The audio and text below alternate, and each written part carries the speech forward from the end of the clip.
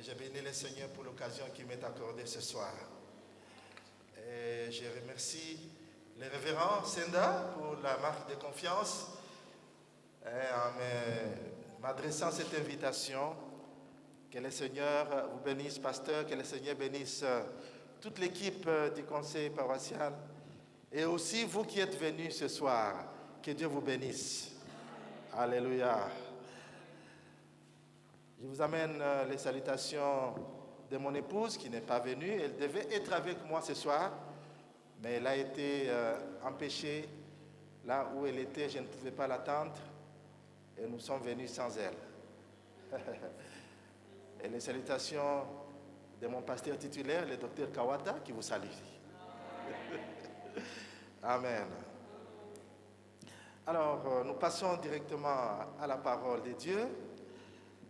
Le psaume 20, c'est notre passage de référence. Le psaume 20, nous lirons les versets 8 et le verset 9. Pour ceux qui notent, nous lirons aussi le livre de Jérémie au chapitre 33, les 3 premiers versets. Commençons par le livre de psaumes, psaume 20e, le numéro 20 du psautier. Donc le psaume 20, je lis les versets 8 et 9. Ceux-ci s'appuient sur leurs chars, ceux-là sur leurs chevaux. Nous invoquons le nom de l'Éternel, notre Dieu. Eux, ils plient et ils tombent.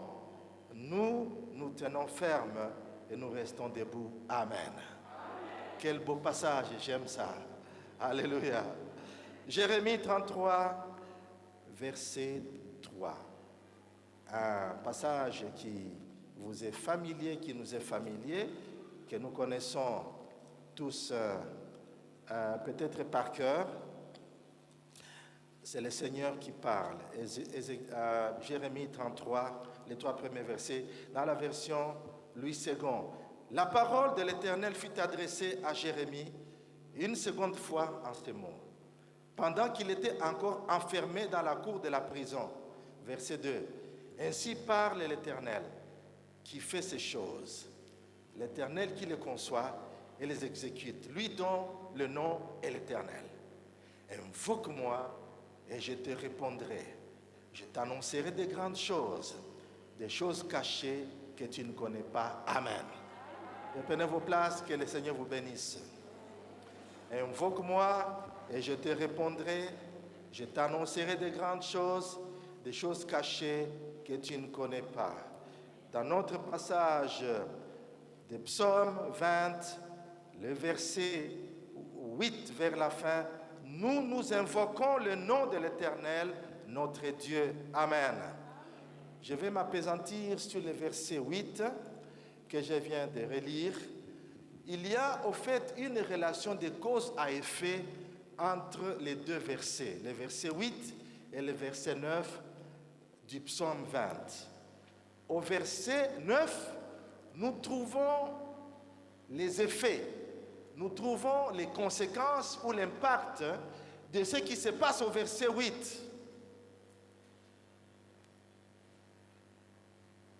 Ceux-ci s'appuient sur leurs chars, ceux-là sur leurs chevaux. Nous invoquons le nom de l'Éternel. Ça, c'est la cause, les effets ou l'impact. Eux, ils plient et ils tombent. Pourquoi? Parce qu'ils s'appuient sur leurs chars et sur leurs chevaux. Mais nous restons debout. Pourquoi? Parce que nous invoquons l'Éternel des armées. Alléluia. Le thème, vous le connaissez, le thème de cette quinzaine. Moi, je vous pose un sous-thème que j'ai intitulé « L'invocation du nom de l'Éternel ». L'invocation du nom de l'Éternel. Nous invoquons, quant à nous invoquons le nom de l'Éternel, notre Dieu, car nous avons compris que la victoire, ce n'est ni par la force, ni par la puissance, ni par l'arsenal militaire, N'exercez pas mon esprit, dit l'Éternel des armées. Alléluia. Alors que nous commençons ces merveilleux temps de prière, nous commençons ces assises, nous commençons, bien-aimés, par ce sous-thème, l'invocation de l'Éternel. D'entrée de jeu, j'aimerais commencer par les commencements, c'est-à-dire nous rappeler ce que c'est qu'invoquer l'Éternel. Quel est le sens que nous devons retenir ce soir par cette expression, invoquer le nom de l'Éternel, ou invoquer. Dans le langage biblique, l'expression invoquer a plusieurs sens. Je retiens 2 sens pour notre méditation de ce soir avant que nous puissions plonger dans la prière. Le premier sens du mot invoquer, c'est confesser, proclamer.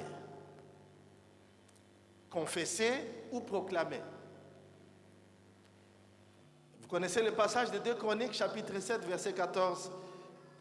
Si mon peuple sur qui est invoqué mon nom s'humilie, prie, recherche ma face, se détourne de ses péchés, je l'exaucerai des cieux et je guérirai son pays. Alléluia. Notre pays sera guéri.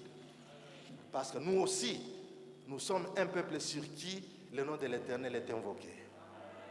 J'admets que ce n'est pas tout le monde qui est chrétien dans le pays, mais nous sommes une portion, un échantillon important de gens qui invoquent le Seigneur. Et du coup, nous constituons un peuple sur qui est invoqué le nom de l'Éternel. Et ce que nous faisons va avoir des effets sur notre pays. Alléluia. Le premier sens, confesser ou proclamer. Le deuxième sens du mot invoquer, surtout quand il s'agit d'invoquer Dieu ou d'invoquer le nom de l'Éternel. Le deuxième sens, c'est lancer un cri à Dieu. Lancer un cri à Dieu. C'est aussi l'appeler au secours et à haute voix. Invoquer l'Éternel, c'est lui lancer un cri. C'est l'appeler au secours et à haute voix. C'est dans ce sens ici que le mot grec epikaleomai, vous n'avez pas besoin de tout ça, est rendu. Appeler à haute voix, appeler une personne par son nom. Donc invoquer le nom du Seigneur Jésus, c'est donc l'appeler au secours. C'est le sens de la prière. Alléluia. La prière peut se faire à voix basse, elle peut se faire en silence dans le cœur. Mais ça, ce n'est pas invoquer. Invoquer, c'est quand vous appelez à haute voix, vous lancez un cri. Y a-t-il quelqu'un qui est venu invoquer ce soir? Invoquer le nom de l'Éternel. Eux, ils s'appuient sur leurs chars et sur leurs chevaux. La conséquence, ils plient, ils tombent. Mais nous, parce que nous invoquons le nom de l'Éternel, notre Dieu, nous résistons. Nous restons debout. Alléluia. Le premier point, c'était l'essence biblique du mot invoquer. Le deuxième point, pourquoi invoquer? Pourquoi invoquer? Bien-aimés, la puissance de Dieu est disponible. Mais elle ne se manifeste que quand nous invoquons Dieu. Je répète, la puissance de Dieu est disponible. Elle est disponible. Mais elle ne se manifeste que quand nous invoquons Dieu. C'est comme le salut. Le salut est disponible. Mais la Bible dit, Romains 10, verset 13, « Car quiconque invoquera le nom du Seigneur sera sauvé. » Donc nous bénéficions du salut quand nous invoquons. C'est lui qui est capable de nous sauver. Il y a plein de gens, des millions, même quelques milliards. Si nous sommes 8 milliards aujourd'hui sur la planète, on parle de 2 milliards et quelques de chrétiens. Encore faut-il actualiser ces statistiques. Donc s'il n'y a que 2 milliards et quelques, arrondissons à 3 milliards. Donc il y a au moins 5 milliards sur la planète des gens qui ne sont pas sauvés. Pourquoi? Parce qu'ils n'ont pas invoqué le nom de celui qui sauve. La puissance de Dieu est disponible, mais elle se manifeste que quand on fait appel à Dieu. C'est une loi, c'est un principe. J'ai béni le Seigneur pendant que le Seigneur me montrait en quoi consiste ce principe. Demandez et il vous sera donné. Pendant que cet esprit, pendant que ce passage repassait dans mon cœur, j'ai entendu la modératrice dire la même chose. Demandez et il vous sera donné. Cherchez et vous trouverez. Et frappez et on vous ouvrira. Car on donnera à celui qui demande. Et trouvera celui qui cherche. Et la porte sera ouverte à celui qui frappe. Quelque part, l'apôtre Jacques dit, vous demandez et vous ne recevez pas. Parce que vous demandez mal. Encore faut-il qu'on demande. Et de quelle manière? Bien demander, pas demander mal pour recevoir. Donc c'est un principe, bien-aimé dans le Seigneur. Regardez ce qui se passe en Marc chapitre 10, à partir du verset 46. Jésus est entré dans Jéricho. Maintenant, il en sort. Sur la route, il y a un aveugle, un mendiant. Il sent. Nos frères qui vivent avec handicap ont un sens de perception. Ils peuvent percevoir des choses que d'autres ne sont pas capables de percevoir. Il sent, il perçoit que c'est Jésus qui passe et il lance un cri comme si c'était une question de vie ou de mort. Effectivement, c'était une question de vie ou de mort. Quand vous lisez très bien le parcours de Jésus, c'est la dernière fois qu'il passait par Jéricho avant la passion. Et Bartimée lance un cri.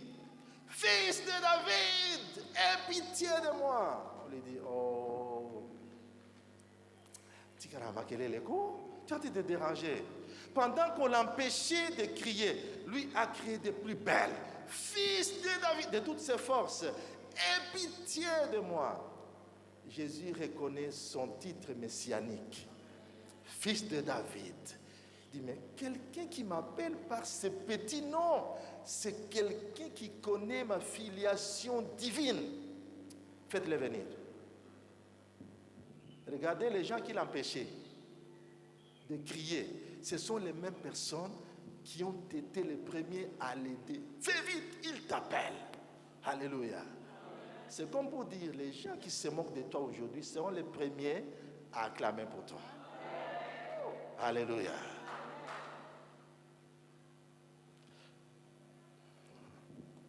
Jésus passait, il y avait un aveugle, un mendiant. Maintenant, il lui pose la question, que veux-tu que je fasse pour toi? Que veux-tu que je fasse pour toi? Est-ce que Jésus ne savait pas? Il ne connaissait pas les besoins de l'aveugle, il les connaissait. Mais il voulait l'expression de la foi. Alléluia. Beaucoup commettent l'erreur. Au lieu de demander à Dieu, ils murmurent. Ils murmurent. Ils murmurent. La mauvaise gestion de la souffrance nous amène à nous enfoncer davantage dans la souffrance. Plus on murmure, plus on tourne en rond. C'est le cas du peuple d'Israël dans le désert. Ils ont murmuré et ils ont fait 40 ans dans le désert. Bartimée s'exprime. Il a lancé un cri dans la direction de celui qui pouvait lui accorder la chose qu'il attendait. Il a invoqué Jésus-Christ. Nous avons vécu une catastrophe en 2008. J'habitais Bandal Makelele. Pour ceux qui connaissent bien le coin, vous arrivez à l'arrêt pharmacie. Vous allez, maintenant la route est bien aménagée, ça va vers GB, mais avant ce n'était pas le cas. Avant de il y a une petite rivière, il y avait un petit pont d'une planche là. Vous payez 50 francs pour passer à quelqu'un qui percevait la taxe là-bas, comme s'il était mandaté. Il mettait tout ça dans la poche. Hein. Alors, en 2008, en octobre, pasteur, une grande pluie tombe. Et notre parcelle était sur les versants. Et les eaux qui descendaient vers la petite rivière trouvaient une voie à travers notre portail et ça s'infiltrait dans notre parcelle. Comme c'était une grande pluie, pendant la nuit, ça commençait quand je ne sais pas. Mais je me suis rendu compte à 2 heures du matin. Et c'était une maison en chantier. Il n'y avait pas encore de plafond. Le bruit des eaux de pluie, ça m'a réveillé. Je regarde l'heure 2 heures du matin. Quand je pose les pieds sur le pavement, c'est dans l'eau, dans la chambre à coucher. J'ai réveillé ma femme. Je la réveille. La première chose à faire, c'est d'aller vers la chambre des enfants. L'eau n'est pas encore arrivée là-bas, mais on les réveille quand même. Quand on va au salon, le salon est inondé. Je jette un coup d'œil sur la fenêtre. La voiture qui est dehors est déjà sous eau et l'eau a dépassé le niveau des vitres. Imaginez, c'est un lac ou une mer dans la parcelle. Pendant ce temps, l'eau entre par la porte du salon, ça rentre une grande quantité. J'ai dit aux enfants, ici, il n'y a rien d'autre à faire que prier. J'appelle un ancien de notre paroisse, l'ancien Jean Goï, que quelques-uns connaissent. J'ai dit, papa Jean, ici, je ne sais pas quoi te dire, mais nous sommes inondés. La pluie ici nous inonde. Nous ne savons pas sortir. Dehors, c'est la mer. À l'intérieur, l'eau pénètre. Pasteur, qu'est-ce que nous avons commencé à faire? On a commencé à prier. Je n'avais jamais prié de cette manière-là. J'ai lancé des cris. J'ai crié ma prière. J'ai crié ma prière. C'est ce jour-là que j'ai compris comment Jésus criait à la croix.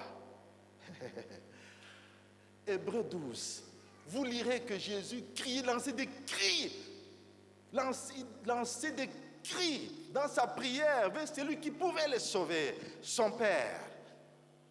Pendant que je criais la prière, l'eau entrait davantage. Pour aller où? Nous avons prié. Nous avons crié, bien-aimé. Dieu écoute la prière. Pendant que nous continuons de prier, il pleut de plus belle. L'eau continue d'augmenter. À un certain moment, je m'étais et je commence à observer le mouvement de l'eau. L'eau commence à reculer. Mais je n'ai pas compris le phénomène. Dehors, il pleut davantage. Mais l'eau rentre. Alléluia. J'ai dit, Seigneur, merci. Nous avons commencé à rendre grâce à Dieu. Et le niveau d'eau s'est stabilisé. Pendant que l'eau continuait d'abonder, dehors, mais à l'intérieur, l'eau s'est stabilisée. Dieu est venu à notre secours. Alléluia.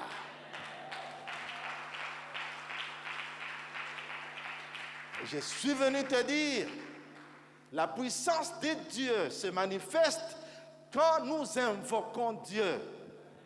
Il y a une puissance dans l'invocation du nom de l'Éternel.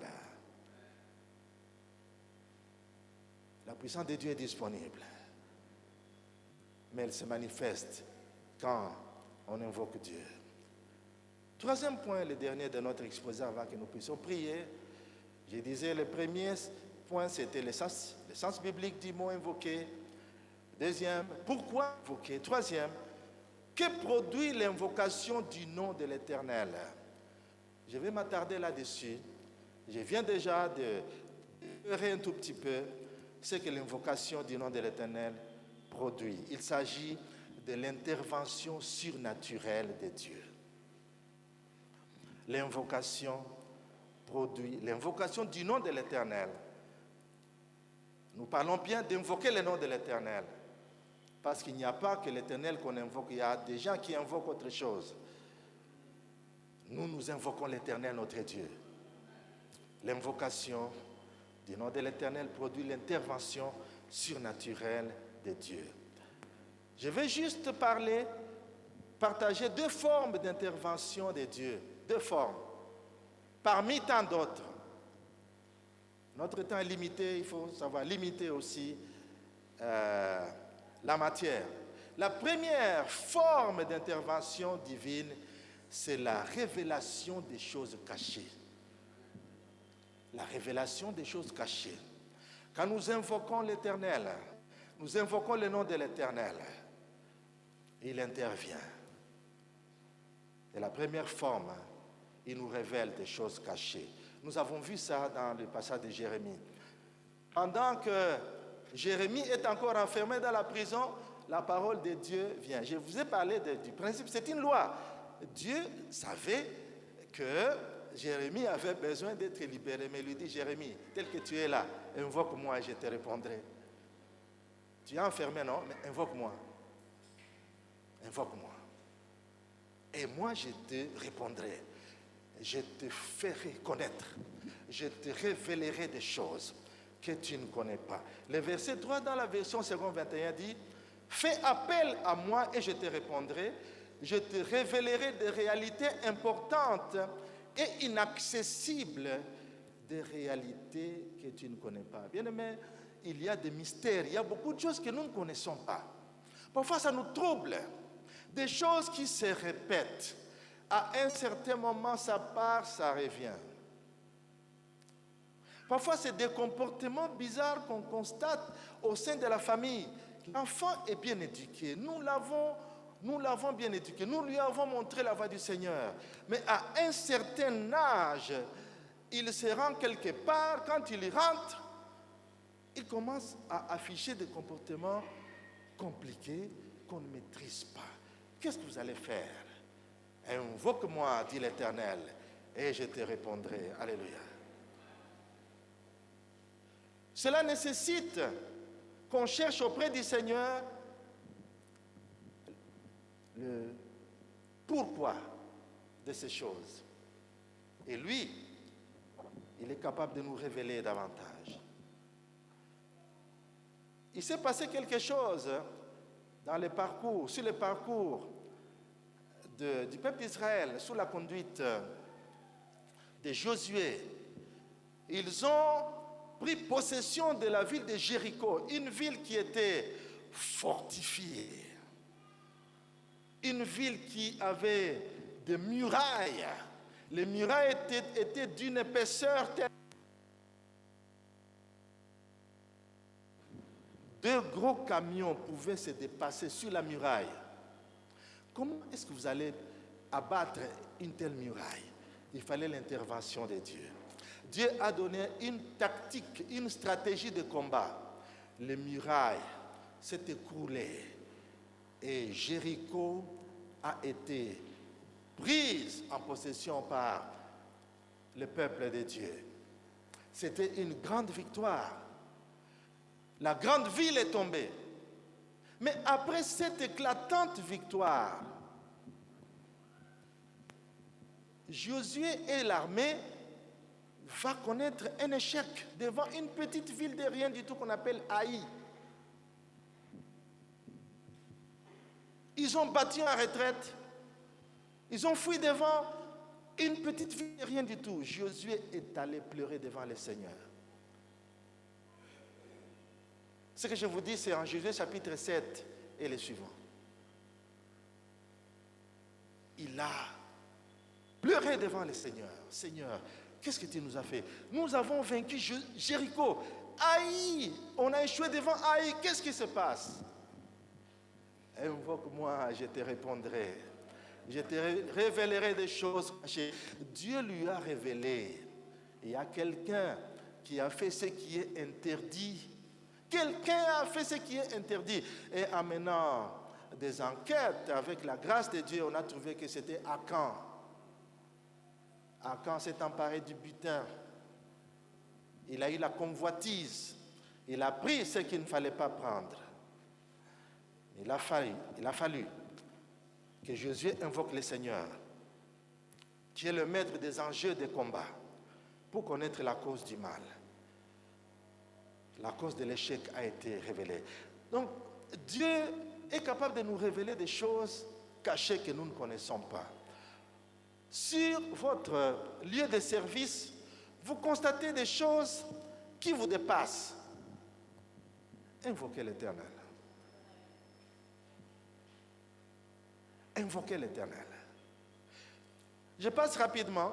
La deuxième forme d'intervention de Dieu, quand nous l'invoquons, c'est l'accès à des portes fermées. L'accès à des portes fermées. Dieu nous donne l'accès à des portes fermées. En Luc chapitre 18, Jésus donne une parabole. Et dans cette parabole, le but de la parabole, c'est de montrer aux disciples qu'il faut toujours prier sans jamais se relâcher. Louis II dit, Jésus leur adressa une parabole pour montrer qu'il faut toujours prier et ne pas se relâcher. Qu'il faut toujours prier. Bon, ça c'est la voix passive.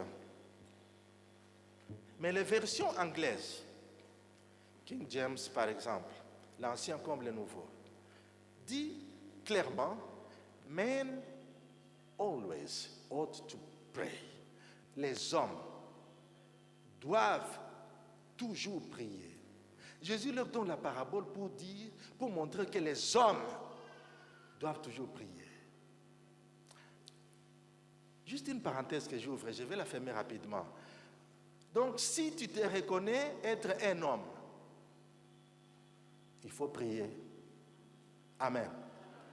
Homme, je ne parle pas de masculin, féminin ici. Homme, être humain. Alors, si tu te reconnais comme faisant partie de la famille humaine, du genre humain, tu es appelé à prier. Et quand tu ne pries pas, ce n'est pas normal. Jésus donne la parabole pour montrer que les hommes devraient toujours prier. Les hommes doivent toujours prier. Et dans la parabole, une parabole que vous connaissez, il y a deux personnages. L'un, c'est un juge inique. Il vit dans l'iniquité, lui. Il ne craint ni Dieu, ni personne. De l'autre côté, le deuxième personnage, c'est une veuve, pauvre, abandonnée, mais qui est lésée dans ses droits, qui a besoin qu'on lui fasse justice par les juges. Et écoutez le verset 4. Pendant longtemps, il refusa. Qui refusa? Les juges. Mais, ça m'intéresse toujours quand il y a un mais quelque part dans un passage biblique. Pendant longtemps, il refusa. Point. Mais, il finit par se dire, j'ai beau ne pas craindre Dieu et ne pas me préoccuper des hommes.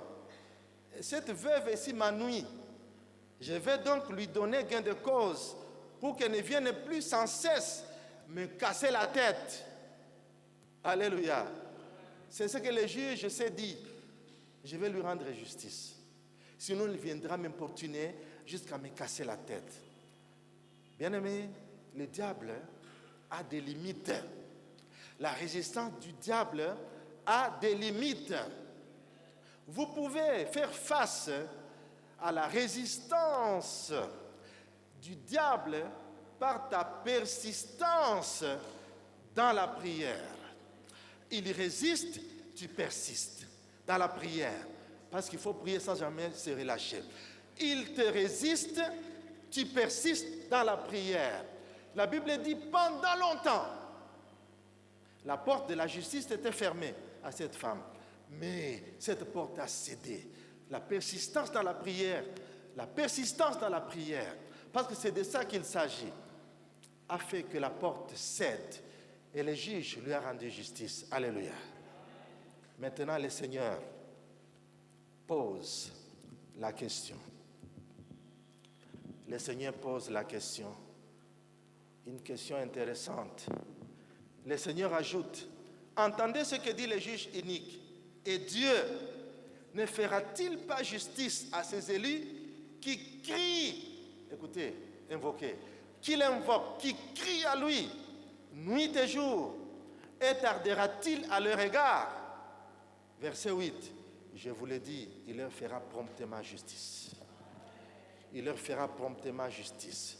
Si le juge inique, qui n'a aucune relation particulière avec la veuve, une catégorie négligée en Israël, il a quand même fait justice. Et Dieu, votre Père céleste, la relation qui existe entre vous et lui est exprimée par l'élection, ses élus. Est-ce que Dieu va fermer ses oreilles au cri de ses élus? Non, il leur fera justice promptement. Alléluia. Des portes fermées vont s'ouvrir. Des portes fermées vont s'ouvrir ce soir. Alléluia. Oh, quelle est cette porte qui est restée longtemps fermée devant toi? Genèse chapitre 25, verset 21. La porte de la maternité était fermée pour Rebecca. Ils n'avaient pas de progéniture, ils ont fait des années sans enfant. Écoute ce que fait Isaac. Isaac implora l'Éternel pour sa femme, car elle était stérile, et l'Éternel l'exauça. Rebecca, sa femme, devint enceinte. Alléluia. Isaac attendait le fruit des entrailles pendant des années. Cette porte de la maternité qui était fermée s'est ouverte parce que Isaac a invoqué l'Éternel des armées. Beaucoup de portes resteront verrouillées si vous n'invoquez pas celui qui a la capacité de les ouvrir. La porte de l'emploi. Vous êtes dans le chômage depuis que vous avez obtenu votre diplôme. L'emploi, la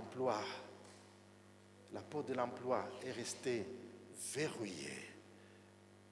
Je suis venu te dire que l'invocation du nom de l'Éternel te donnera accès à des portes verrouillées. Alléluia. Jacques est mort. L'apôtre Jacques est mort. Nous sommes en Actes chapitre 12. Et comme Hérode l'a arrêté, il l'a mis en prison et l'a tué, il a trouvé que cela a plu aux Juifs. Maintenant, il a mis la main sur Pierre. Hérode est décidé à taire, réduire au silence tous les ténors de la nouvelle Église. L'Église constate que quand Hérode arrête quelqu'un, ce n'est pas pour blaguer, il va tuer. Il vient de tuer Jacques. Cette fois-ci, on ne va pas le laisser faire. L'Église s'est mise à prier de façon permanente. Pendant que Pierre était en prison, la Bible dit, l'Église ne cessait de faire monter des prières à Dieu, ne cessait d'invoquer Dieu. Et la porte de la prison, vous connaissez la suite, a été ouverte. Alléluia. Dieu a envoyé son ange pour ouvrir la porte de la prison de Pierre. Bien-aimés dans le Seigneur, la prière, l'invocation du nom de l'Éternel te donnera accès à des portes fermées. Alléluia. Quelles sont les portes qui persistent, qui résistent jusque-là devant toi? Par la puissance de Dieu, ces portes-là peuvent céder. Car la puissance de Dieu, c'est elle, quand elle est déclenchée par l'invocation du nom de l'Éternel, change les choses. Bien-aimés, je vais m'arrêter là pour dire, Dieu désire nous faire grâce. Dieu désire te faire grâce. Et sa puissance est disponible ce soir. Il a établi que les hommes fassent appel à lui afin que sa puissance se manifeste. Ce soir, Dieu est prêt à te révéler des choses cachées en réponse à tous ces questionnements qui montent dans ton cœur. Tu te poses 1001 questions. Seigneur, pourquoi ceci? Pourquoi cela? Pourquoi ceci m'arrive-t-il? Pourquoi ceci n'arrive qu'à moi? Au lieu de te poser ces questions, en murmurant, invoque le Seigneur. Il va te révéler des choses cachées autour de ta vie, des choses cachées que tu ne connais pas autour de ta famille, autour de l'exercice de tes affaires, autour de l'exercice de ton activité. Et la deuxième forme d'intervention, Dieu est prêt à faire sauter les verrous des portes qui sont restés longtemps fermés, pourvu que tu l'invoques ce soir. Alléluia.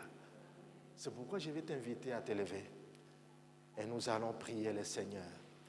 Je demande à la chorale de monter. La chorale de monter. Avant que nous puissions invoquer le Seigneur, nous allons encore une fois lui exprimer notre gratitude. Lui exprimer notre gratitude. Selon le protocole du psaume 103, mon âme bénit l'Éternel. Que tout ce qui est à moi bénisse son Saint-Nom. Mon âme bénit l'Éternel et n'oublie aucun de ses bienfaits. Au-delà des questions que tu te poses, au-delà des besoins que tu as, le Seigneur a déjà fait certaines choses, beaucoup de choses. Compte les bienfaits de Dieu, mets-les tous devant tes yeux et tu verras qu'en adorant, le nombre est très grand de ce que Dieu a fait. Commence à rendre grâce à Dieu avant de lui adresser tes pétitions, avant de lui adresser tes requêtes.